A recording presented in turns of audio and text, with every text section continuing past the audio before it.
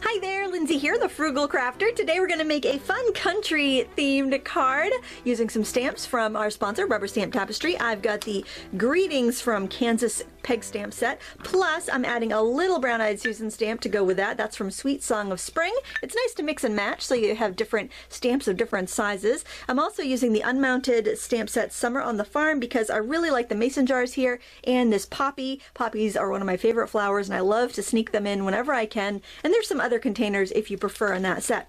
Now, as far as the new and old supplies we're going to use, I found these little, they're like the milk cap labels from Old Fashioned Milk when you get it in a jar.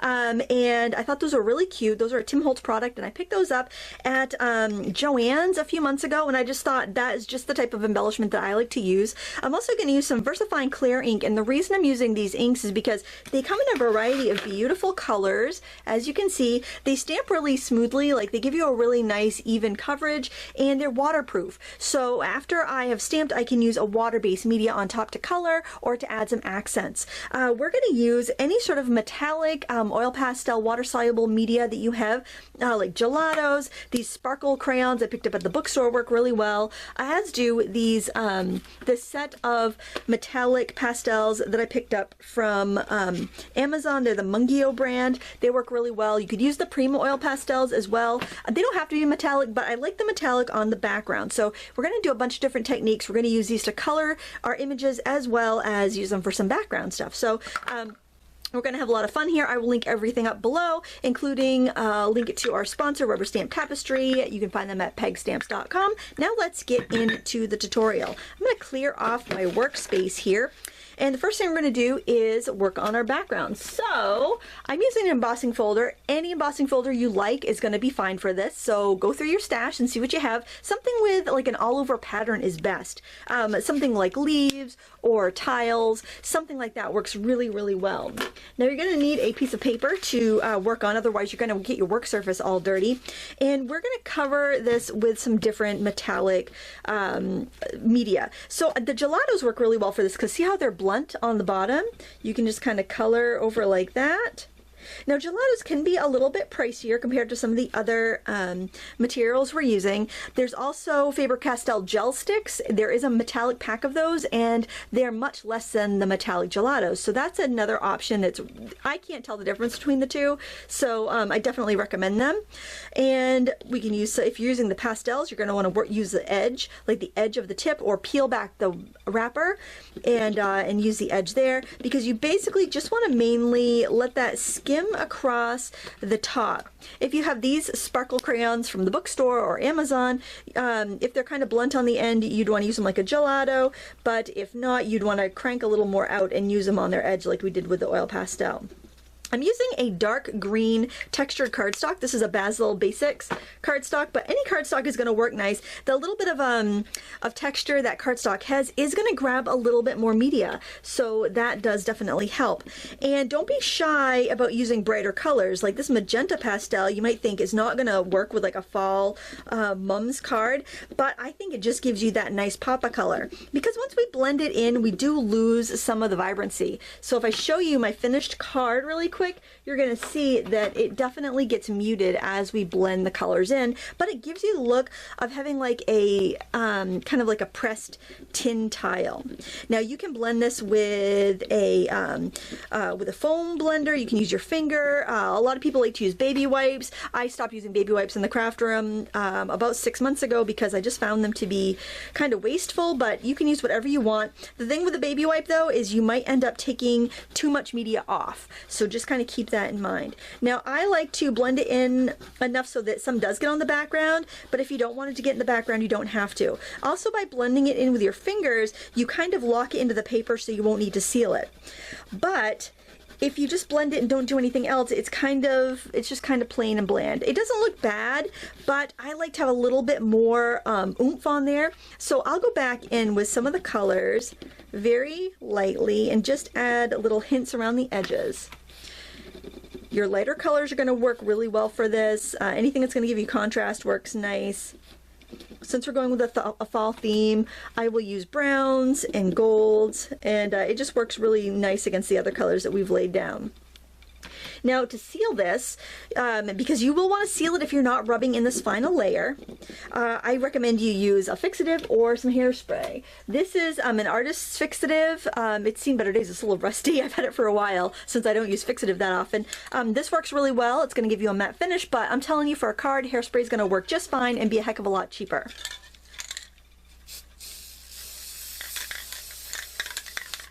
I didn't want to cover my work surface, so I did spray it off camera, and there you can see this is what it's going to look like.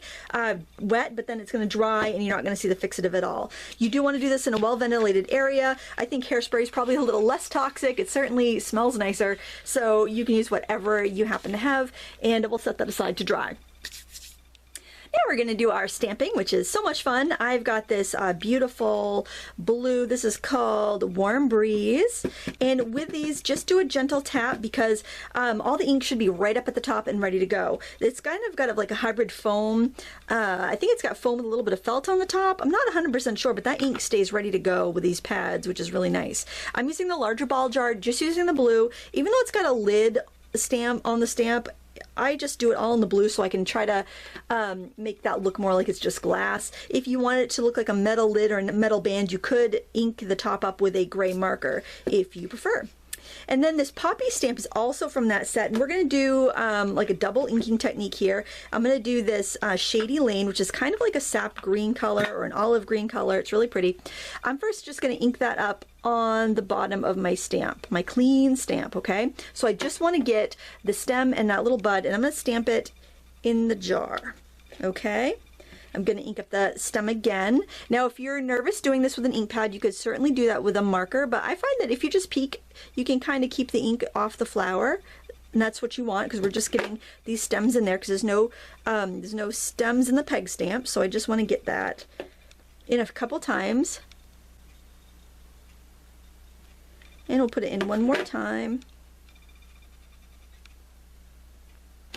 And that just gives us a little bit of some ends for our flowers. Now I think I'll stamp this in a couple times while I've got the ink out, but this time I'm going to ink the bottom with the green like I did before, but I'm going to grab a red, this tulip red, and I'm going to ink the top of my stamp. I'm just going to be careful not to cross-contaminate my ink pad, so you just be careful. If you end up with a little gap, don't worry, you can always fix that some other way. You could fix that by putting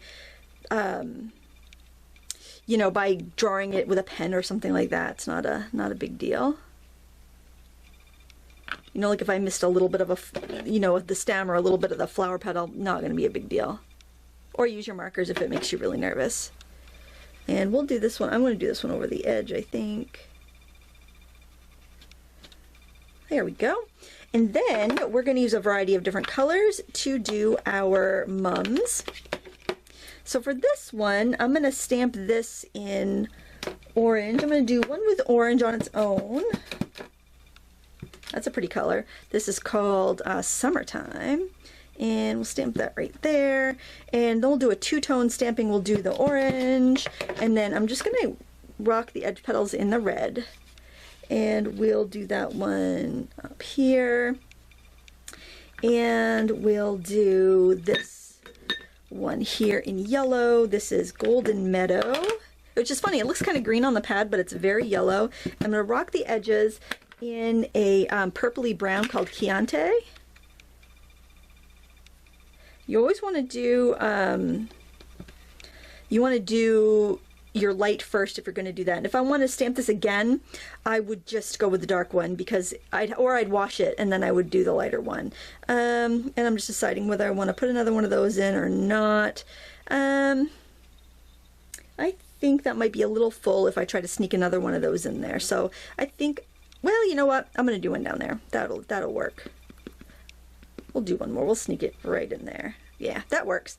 Okay, and then we're going to do a little bit of a filler flower, and I am going to use this little, it looks like a brown-eyed Susan or a little echinacea, and I'm just going to do that in yellow in a few places. I'm going to do it right there.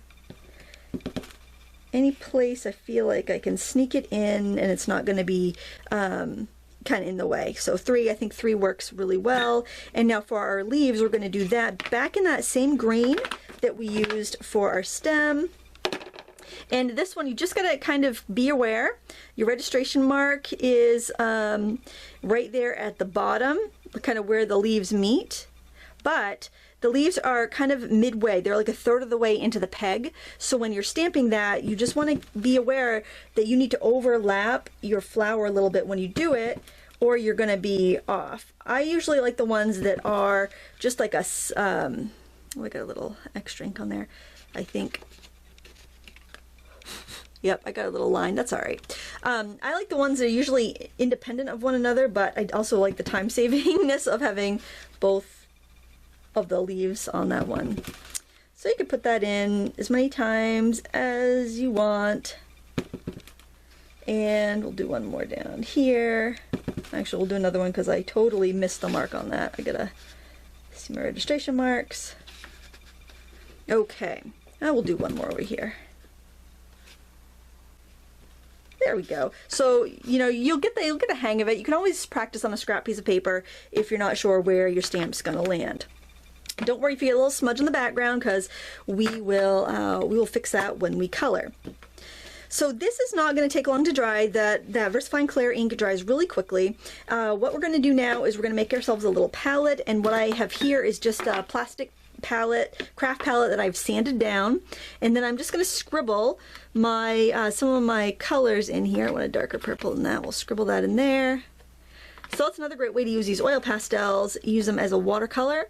If you don't want a metallic over your stamping, you can use a regular watercolor crayon or oil pastel, but I like the shimmer, so I am going to do that. But like I said, you do you. You do what you want to do. It does not matter. Okay, so for this I'm going to do that nice blue color, and I'm just using a water brush here. I've got a rag nearby to clean it as needed, and I'm going to pick up that oil pastel and just go right over that. I like to have it a little bit darker on the edges so that it looks a little bit more realistic, a little more three-dimensional. And then I lighten it towards the center, so you can have kind of some light in there. You could even put in a little bit of yellow in the middle if you wanted to brighten it up a bit. That's up to you. It looks kind of pretty, I think. And I'm going to put some on the tabletop as well to show the light sending some color out of the jar onto the table. And if you got some smudges and you want to drag it down, you can do that too. It's hard not to have smudgy fingers when we're using all these ink pads. And let's wipe so to clean a water brush, just squeeze out a little water and wipe it on a rag. I'm going to grab some yellow here and just go in and add some yellow to some of these pretty flowers. Sometimes your metallics will feel a little more opaque, so having a nice dark color underneath them really helps them stand out. So that's another reason I like having those darker colors, of ink. And let's wipe our brush. Let's grab some red. We'll do our poppies. It's up to you how dark you want it. You could have a super, super pale wash, and that's going to be pretty. It's just whatever you want to do. That's all, that's all you need to concern yourself with. Do what you want to do. It can be different. It can be the same. Add a little purple in there too. Purple and yellow will look nice together. Do a little purple on those petals there. And you could do a little purple on this guy here to brighten him up. And if you want to like paint in any other leaves or do anything else, fill in. Maybe you didn't like stamping in the leaves, or maybe you didn't have a little flower and you just want to dab in a couple little like polka dot flowers. You can totally do that. That is completely up to you. I'm going to grab my paper back, my scrap paper that I used to ink up my background, and I want to do a little bit of a frame, and I'm going to do that by taking that dark yellow that I had used, and I'm just going to color the edge. You can do this as boldly or as subtly as you want. It's up to you. And I'm just going to put down a little bit of a line of color, and then I'm just going to use a clean finger.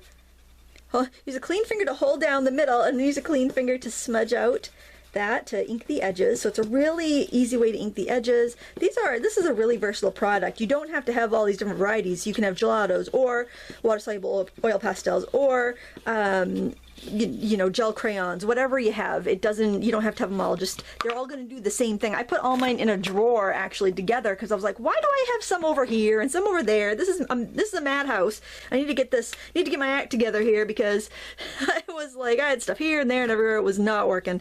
And I'm going to spatter on some of these colors. I like to spatter on red because I felt like that's my kind of my favorite color, and I felt like I'd like a little bit more of that in there, and I had some left over in my palette, so do that in some purple.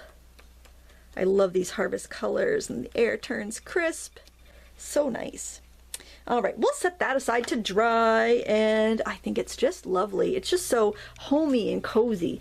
And we're gonna grab our panel that is all dry. You can see that's got a nice sheen to it. All that wetness dried up that we sprayed. And I'm going to take a piece of jute. You can get this at any hardware store or dollar store. I'm going to tie a couple knots in here just for decoration, because tying jute, like to tie it, to close it, or to secure it, it can be really bulky. So so I just want to I want a couple knots on there, but I just want them to be for decoration. And I like this kind of, but more than the smoother hemp sometimes for cards if I want a down home type of feel. And I am going to put some adhesive on the back just to kind of tack it down while I'm working. I'm just going to use my handy dandy ATG gun and just give it a couple layers there. You could use foam tape or whatever you want. We're going to put another layer of adhesive over it before we, you know, to stick it down to our cards. So I think that's going to do pretty well to lock our layers down. It'll do all right. There we go. Now I'm going to go back and work on this because I know that that tape's not going to stick to my foam background so badly. And now I am going to grab this and put some foam squares on the back. My trusty foam squares that are still never ending. I have looked for those puzzles that I found these foam squares in, those kids' activities. I can't find them anywhere. I've looked, all the stores I know that sell like older craft products, and I still haven't found them. I'll do another look today if I can. It'll be a miracle if I can find them. I think everyone's going to order them for the foam squares because that is like the best deal going. Okay, we're going to stick this down like that on our backing panel there. And then I'm just going to grab my little milk label. I think that one's really cute and it's going to overlap really well. And I'm going to take two of the small foam squares and I'm going to put them, I'm going to make sure my milk label's facing up. And then I'm going to do one on each side so the string will be able to fit in between like that. I probably could sneak that in a little bit closer. There we go, and that's going to help just keep that string in place. And I'll want it to overlap my my panel there just a little bit. And I'm going to stick this onto my card base right now because I'm afraid that string is going to pop on me if I don't. So when I'm doing that, I will go over the string many times. Plus, I like to use extra adhesive when I am doing an embossed panel so that it has a little extra strength.